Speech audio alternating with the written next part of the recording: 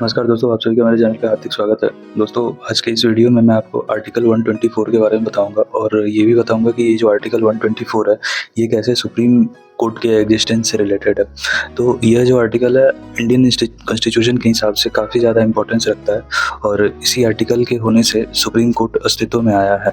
यह आर्टिकल हमें बताता है कि इंडिया में एक सुप्रीम कोर्ट होगा और इसमें एक मुख्य न्यायाधीश तथा संसद द्वारा निर्धारित संख्या में अन्य जज होंगे और ये तब तक निर्धारित हो सकेंगे उस समय तक 7 से अधिक जज नहीं होगा। सुप्रीम कोर्ट के प्रत्येक जज को राष्ट्रपति द्वारा अपने हस्ताक्षर तथा मुद्रा सहित अधिपत्र द्वारा उच्चतम न्यायालय तथा राज्यों के उच्च न्यायालयों के ऐसे जज से सलाह करने के बाद नियुक्त करेगा जिन्हें राष्ट्रपति इस प्रयोजन के लिए सही समझे तथा वह जज तब तक उस पद पर रहेगा जब तक वह 65 साल का ना हो जाए।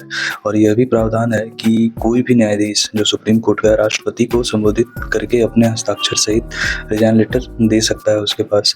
किसी जज को इसके भाग 4 में दिए तरीके से हटाया जा सकता है। अब सुप्रीम कोर्ट के जो भी जज हैं उनके लिए जो एलिजिबिलिटी क्राइटेरिया है उसको हम लोग डिटेल में जानेंगे। सुप्रीम कोर्ट के जज के रूप में नियुक्ति के लिए कोई भी जज तभी योग्य होगा जब वह भारत का सिटीजन हो तथा किसी हाई कोर्ट में कम से कम उसने 5 साल एज ए जज काम कर रखा हो, या दूसरा क्राइटेरिया है कि वह किसी हाई कोर्ट में कम से कम 10 साल तक वकील रहा हो। तीसरा ये है कि राष्ट्रपति की राय में कोई भी ऐसा बंदा जो फेमस विधिवेता हो। तो ये तीनों चारों क्राइटेरिया एक जज के पास होना चाहिए।